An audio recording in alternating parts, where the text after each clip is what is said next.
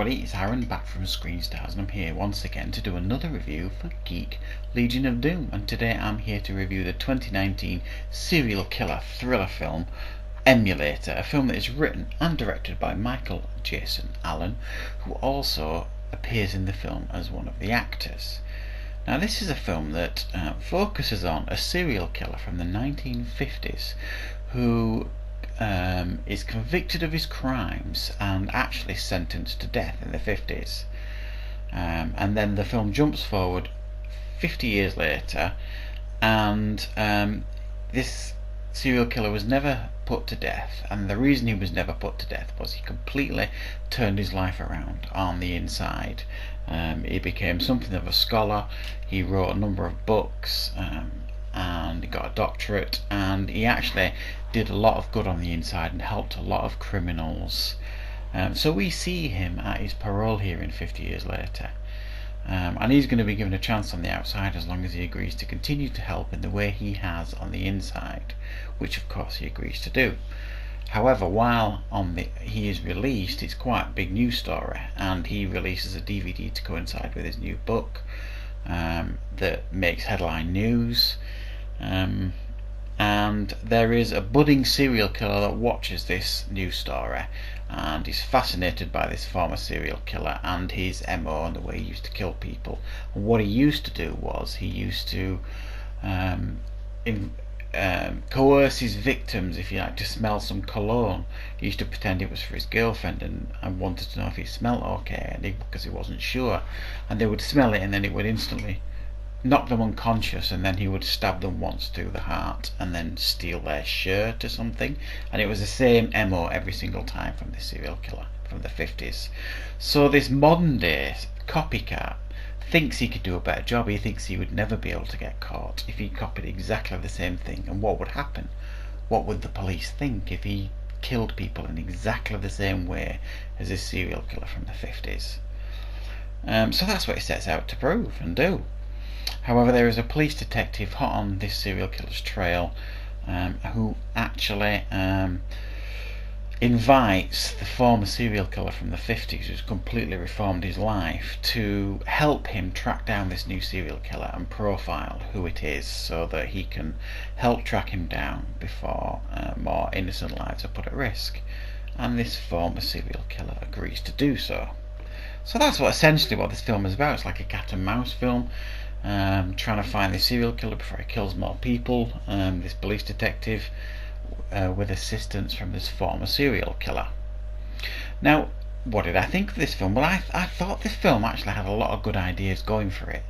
I like, generally speaking, serial killer films. They can be really fascinating and interesting, and the very core of this film is a pretty good idea.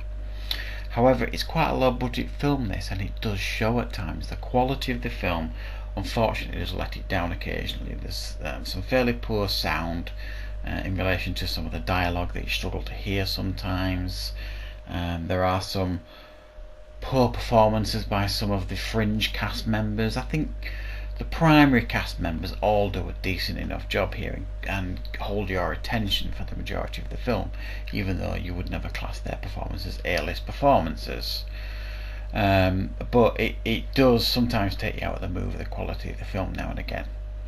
And some of the dialogue here and some of the writing does let the film down as well. I mean, we're dealing with the modern day serial killer, who is actually played by Michael Jason Allen, who wrote and directed the film. When he kind of fantasizes about, doing copycatting this serial killer, he's in a room full of people. It's like he's at a party or something, and he actually claims in front of these people he thinks he could do a better job, and then he literally gets up and walks to somebody and asks for some chloroform. How do I get all the chloroform? So he's not exactly being very secretive here. And there are other examples of him not doing particularly intelligent things, killing people literally around the back of the club where he's singing with his band. Quite like the band and the music actually that they were playing. It was very Gary Newman-like. And there are other examples as well of odd things happening. serial killer taking victims in broad daylight on what looked to be a busy street as well. So there's dumb stuff going on here as well, and also the fact that this police detective was asking for this former serial killer's help, which, you know, nobody seemed to question his superiors, and I'm sure procedures would never ever allow for anything like that to happen, and it was never really ever covered in the film at all. But and other odd things as well, you know, when he agrees to help this former serial killer, and he sort of says, have you got any leads? And the police detective says, no, I don't have anything. But he has. He's got a very, very clear suspect at this point, and then he goes on to say this a few minutes later, and you're just thinking, well, that's kind of lazy writing. You did have a lead. You didn't have to say, no, I don't have any leads, because he clearly did. So there are a lot of things to nitpick with this film. However, I was engaged throughout. I enjoyed it throughout. Thought it was a very interesting story. The very core of it was pretty interesting, and there's a reasonable twist at the end. It's not going to blow your socks off or anything, but I did like the way they tried to freshen it up at the end with the ending of the film. So I'm going to give it a 5 out of 10.